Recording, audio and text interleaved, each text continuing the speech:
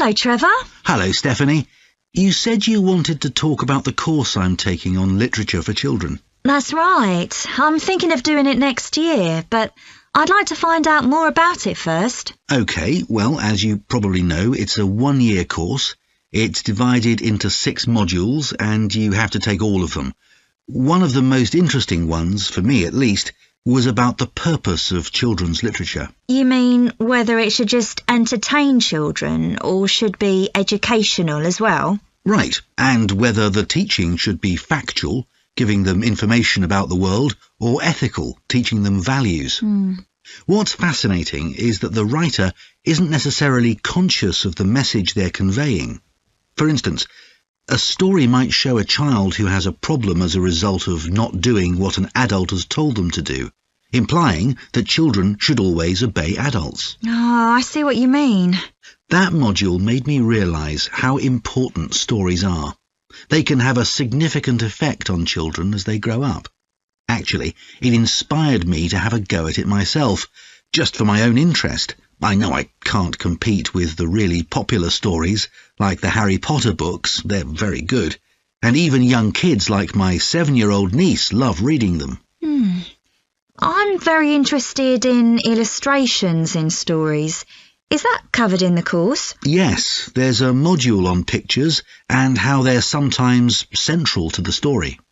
That's good. I remember some frightening ones I saw as a child, and I can still see them vividly in my mind years later. Pictures can be so powerful, just as powerful as words. I've always enjoyed drawing, so that's the field I want to go into when I finish the course. I bet that module will be really helpful. I'm sure it will.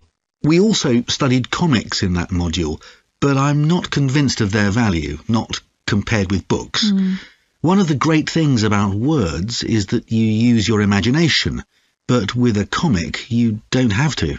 But children are so used to visual input on TV, video games and so on.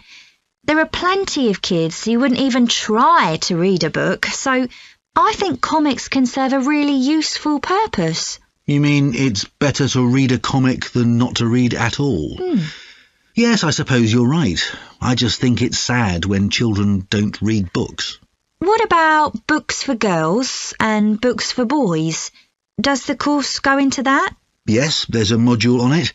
For years, lots of stories, in English at least, assumed that boys went out and did adventurous things and girls stayed at home and played with dolls. I was amazed how many books were targeted at just one sex or the other. Of course, this reflects society as it is when the books are written. That's true.